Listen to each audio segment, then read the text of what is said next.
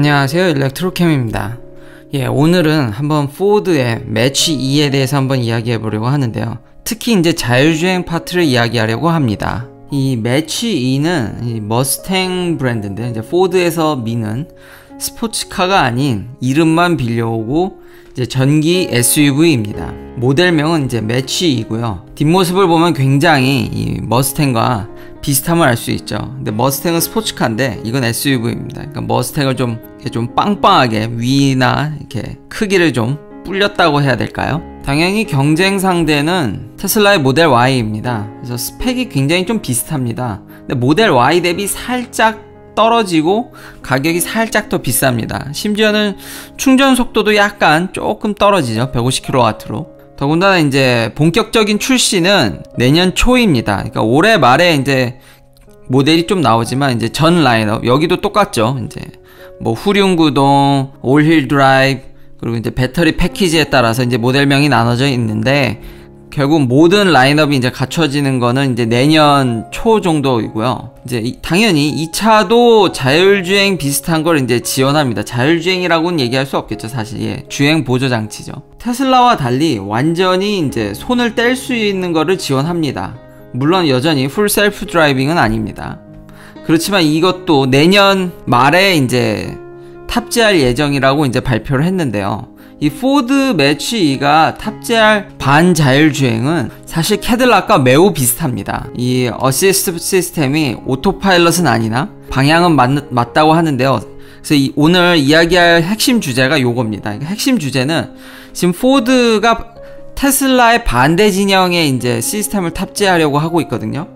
바로 이제 라이다를 이용한, 근데 이 차엔 라이다가 없습니다. 그러니까 라이다를 통해서 학습하고 데이터가 쌓여진 이제 HD 매핑과 테슬라의 오토파일럿과 이제 비교가 오늘의 이제 핵심이 될 텐데요. 그러면 현재 이 장치가 탑재된 차가 없냐? 아닙니다. 지금 캐딜락은 이걸 탑재해서 열심히 팔고 있습니다. 슈퍼크루즈라고 해서 현재는 미국하고 캐나다만 가능합니다. 이 CT6라는 캐딜락의 대형 세단에 지금 탑재되어 있는데요. 지금 얼마 전에 에스컬레이드라고 캐딜락의 대형 SUV에도 이 기능이 이제 탑재되기 시작했습니다. 사실상 이제 조만간 전 라인업에 이제 확장하려고 하는데요.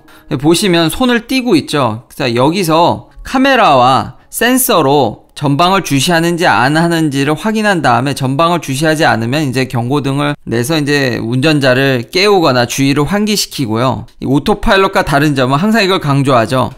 우리는 손 떼고도 할 수 있다 라고 이제 매우 강조하고 있는데, 사실 이 기능은 테슬라의 오토파일럿과 달리 라이다 매핑이 된 하이웨이에서만 작동을 합니다. 포드 역시도 이제 코파일럿 360이라는 걸 쓰고 있는데 비슷한 방식들입니다. 그러니까 기존에 있는 반자율주행의 이제 전방의 카메라와 레이더와 백업 카메라, 이제 블라인드 스팟 등을 이용하고, 그러면 이걸로는 불충분하지 않냐? 네, 불충분합니다. 그래서 캐딜락 같은 경우는, 포드도 물론 이제 자율주행 회사들한테 많이 투자를 하고 있는데요. 그 투자한 회사에서 뭘 뽑을까 하다가 이 GM 같은 경우는 GM 크루즈라는 자율주행 자회사에서 라이다 맵을 이제 구해갖고 옵니다. 그래서 이 차에 탑재되어 있는 거죠. 그 GM 크루즈 차들이 라이다로 계속 이렇게 하이웨이를 돌아다니면서 데이터를 수집하고, 그 데이터가 이 차에 이제 탑재돼서 그걸 베이스로 요거는 이제 보조만 해서 이제 손 놓고 갈 수 있게 만들어진 시스템입니다. 그런데 이제 최근에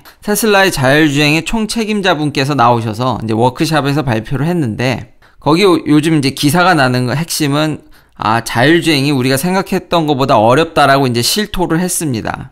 테슬라는 라이다 맵을 쓰지 않죠. 근데 라이다 맵을 쓰긴 쓰는 것 같긴 하지만 다른 회사들 같이 정밀 맵을 쓰는 것 같진 않습니다. 그러니까 테슬라가 라이다 데이터는 없지만 이런 데이터를 다른 회사에서 사올 수는 있습니다.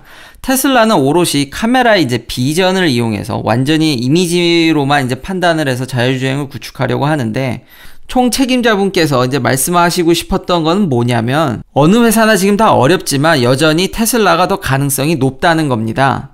그러니까 라이다 맵으로 센티미터 레벨로 라이다 맵을 이제 프리매핑 한 데이터를 가지고 이제 자율주행을 하려면 이 맵을 계속 유지 보수를 하려면 계속 그걸 업데이트 해야 되는데 너무 어렵다는 거죠. 너무 많은 인력과 리소스가 투여된다는 겁니다. 반면에 테슬라는 그저 돌아다니는 차들의 방대한 데이터를 얻어서 그걸 트레이닝해서 가는 거니까 훨씬 더 스케일러빌리티, 그러니까 확장성에 있어서 훨씬 더 우리 쪽이 가능성이 더 높다는 거죠. 그 딥러닝 쪽 연구들이 그런데 퀄리티가 안 좋으면 결국 퀀티티 싸움이거든요. 얼마나 많은 데이터를 넣냐의 또 싸움이기 때문에 훨씬 더 쉽게 테슬라 쪽이 이제 데이터를 더 많이 넣을 수 있기 때문에 우리 쪽이 더 발전 가능성이 높다고 이제 이야기를 하고 갔습니다. 저도 어느 정도는 그것에 이제 동의를 하고요. 둘 다 어렵지만 그나마 가능성이 있다라면 테슬라 쪽이 현재 좀 더 가능성이 있지 않나라는 게 저도 개인적으로 이것에 동의를 합니다.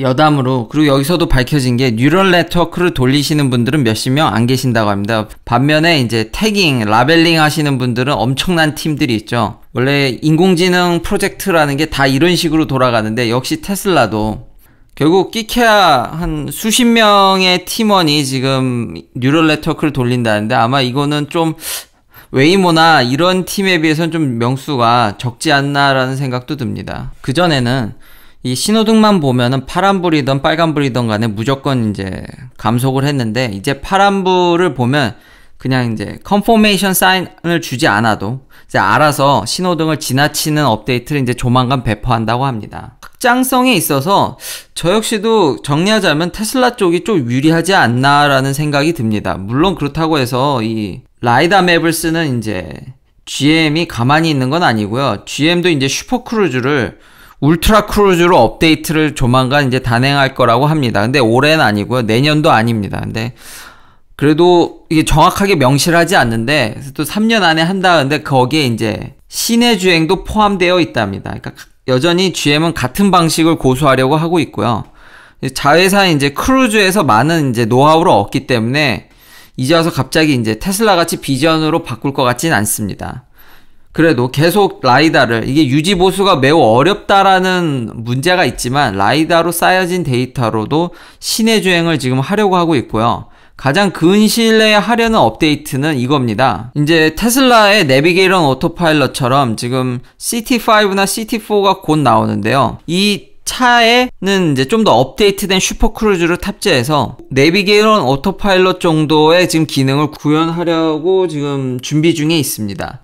여담으로 가격은 그렇죠. 이제 기존 내연기관과 똑같은데요. 이제 슈퍼크루즈 가격은 3,000불이 좀 안 되지만 이걸 선택하려면은 이제 패키지를 선택해야 되기 때문에 사실상 6,000불이고 이제 뭐 비싼 모델을 사게 되면 2,500불만 내도 이제 설치할 수 있겠습니다. 그리고 한국에 지금 이 슈퍼크루즈가 이제 들어가고 있지는 않은데요. 온리 지금 미국인데 하루빨리 한국에도 이제 맵을 얻는다든지 GM이 이런 라이다 시스템을 이용해서 한국에서도 차를 이렇게 운행할 수 있다라면은 라이다 맵을 빨리 구축할 수 있을 테고, 혹은 그런 라이다 맵을 파는 회사가 좀 GM에 협조를 해서 한국에서도 이런 기능이 빨리 이제 보급되면 참 좋겠습니다. 그러면은 이런 캐딜락이라는 브랜드의 가치도 한층 더 올라가지 않을까 생각됩니다. 자, 마지막으로 정리를 하겠습니다. 혹시나 이게 또 테슬라는 라이다를 뭐 전혀 안 쓴다든지 뭐 혹은 웨이모는 라이다만 쓴다고 이제 오해를 하실까봐, 그러니까 어디에 주되게 이제 의존을 하냐는 거죠. 테슬라는 컴퓨터 비전에만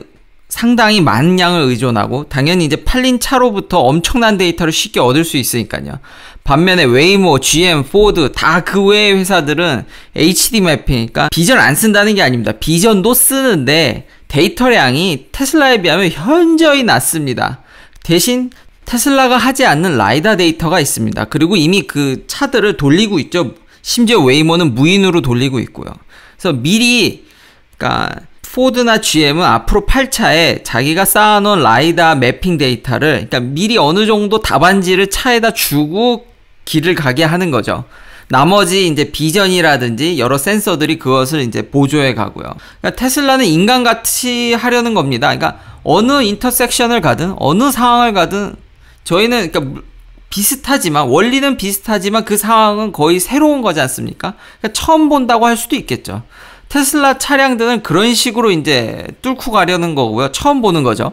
반면에 이제 라이다를 쓰는 쪽들은 어느 정도 답을 미리 차에 줬기 때문에 어느 상황을 가든지 간에 어느 정도는 이제 답안지를 조금 슬쩍 보고 가는 거죠. 근데 문제는 매번 사람이 그 답안지를 어느 정도 해줘야 되는데 그게 과연 모든 시내 도로까지 다 가능하겠냐라는 의문이 항상 제기되고, 테슬라는 지금 엄청난 데이터를 손쉽게 얻기 때문에 뭐 퀄리티가 안 좋더라도 딥러닝 특성상 엄청난 데이터량을 넣으면 그래도 가능성이 있지 않을까. 거기서 이제 더 큰 데이터를 구축하면 거기서 어떤 힌트를, 어떤 그런 실마리를 찾지 않을까라는 예상이 있는데, 저도 거기에 많이 동의를 합니다. 결국 딥러닝 쪽은 데이터 싸움인데, 요즘 이 분야, 이 자율주행 분야는 정말 학계나 연구소보다 회사가 더 앞서갈 수 있을 것 같습니다. 결국 데이터가 생명인데, 어느 지금 누가 테슬라 같은 방대한 데이터를 구축했을까요? 어느 누가 웨이모나 GM 크루즈 같은 라이다 데이터를 구축하고 있을까요? 진짜 알짜들을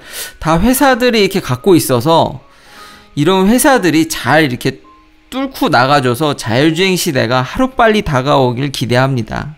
시청해주셔서 감사합니다. 구독, 좋아요 부탁드립니다. 내일도 테슬라 관련 이야기들로 찾아뵙겠습니다.